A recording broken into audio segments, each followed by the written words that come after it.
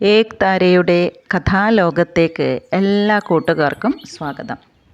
പഞ്ചതന്ത്ര കഥകൾ എന്നു കേട്ടിട്ടില്ലേ? പണ്ട് ഒരു രാജ്യത്ത് ഒരു രാജാവുണ്ടായിരുന്നു. അദ്ദേഹത്തിന് 3 മക്കളും. ഈ 3 മക്കളും നല്ല വികൃതികളായിരുന്നു കേട്ടോ. പഠിക്കാൻ തീരെ താല്പര്യമുണ്ടായിരുന്നില്ല. എന്നു മാത്രമല്ല, തങ്ങളെ പഠിപ്പിക്കാൻ വരുന്ന അധ്യാപകരെ പല വികൃതികളും കാണിച്ച് ഓടിച്ചു വിടാൻ അതിമിടുക്കരുമായിരുന്നു.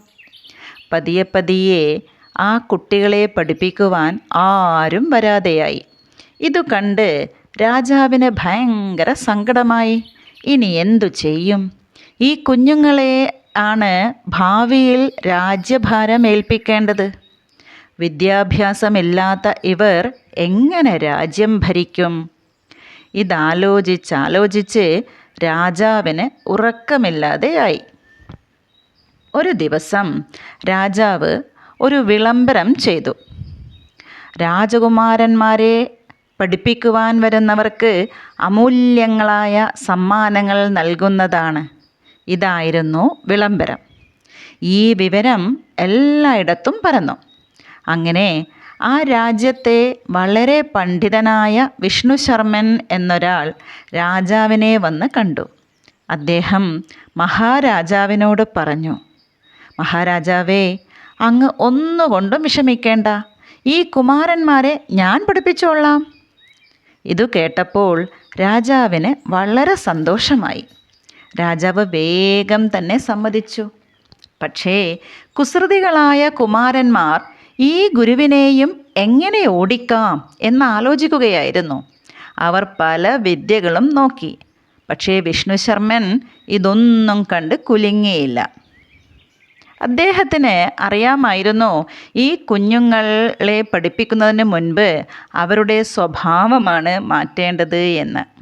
അദ്ദേഹത്തിന് അറിയാമായിരുന്നു, ഈ കുഞ്ഞുങ്ങളെ പഠിപ്പിക്കുന്നതിന് മുൻപ് അവരുടെ സ്വഭാവമാണ് മാറ്റേണ്ടത് എന്ന്. അതുകൊണ്ട് തന്നെ അദ്ദേഹം അവരെ യാതൊന്നും പഠിപ്പിക്കുവാൻ മിനക്കെട്ടില്ല. പകരം കുറേ കഥകൾ പറഞ്ഞു കൊടുക്കുവാൻ ആരംഭിച്ചു. ആദ്യമൊന്നും കുട്ടികൾ കഥകൾ കേൾക്കുവാൻ തയ്യാറായിരുന്നില്ല. പക്ഷേ കഥകൾക്കൊരു മാസ്മരികതയില്ലേ? ആർക്കാണ് കഥകൾ കേൾക്കുവാൻ ഇഷ്ടമില്ലാത്തത്? കുഞ്ഞു കുട്ടികൾ മുതൽ പ്രായമായ അപ്പൂപ്പന്മാർക്കും അമ്മൂമ്മമാർക്കും വരെ കഥകൾ കേൾക്കുവാൻ ഇഷ്ടമാണ്, അല്ലേ?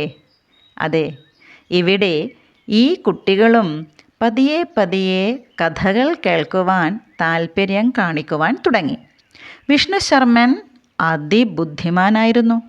അദ്ദേഹം ചുമ്മാ കഥകൾ പറഞ്ഞു പോവുകയായിരുന്നില്ല. എല്ലാ കഥകളിലും അദ്ദേഹം ഒരു ഗുണപാഠം ഒളിപ്പിച്ചു വച്ചിരുന്നു. അതായത്, മൃഗങ്ങളുടെയും പക്ഷികളുടെയും കഥകൾ പറയുമ്പോൾ അതിൽ മനുഷ്യജീവിതത്തിൽ ഉണ്ടാവേണ്ട പല ഗുണങ്ങളും നന്മകളും ഒളിപ്പിച്ചു വച്ചിരുന്നു. അങ്ങനെ അദ്ദേഹം അതിമനോഹരമായി ഓരോരോ കഥകളായി പറയുവാൻ ആരംഭിച്ചു. കുഞ്ഞുങ്ങൾ ശ്രദ്ധയോടെ കേൾക്കുവാനും തുടങ്ങി.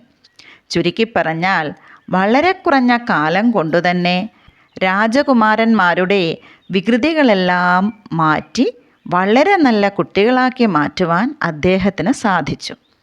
കഥകൾക്ക് അങ്ങനെയുള്ള സൂപ്പർ പവർ ഉണ്ട് കേട്ടോ. അതുകൊണ്ട് എല്ലാ കൂട്ടുകാരും ഈ കഥകൾ കേൾക്കണം.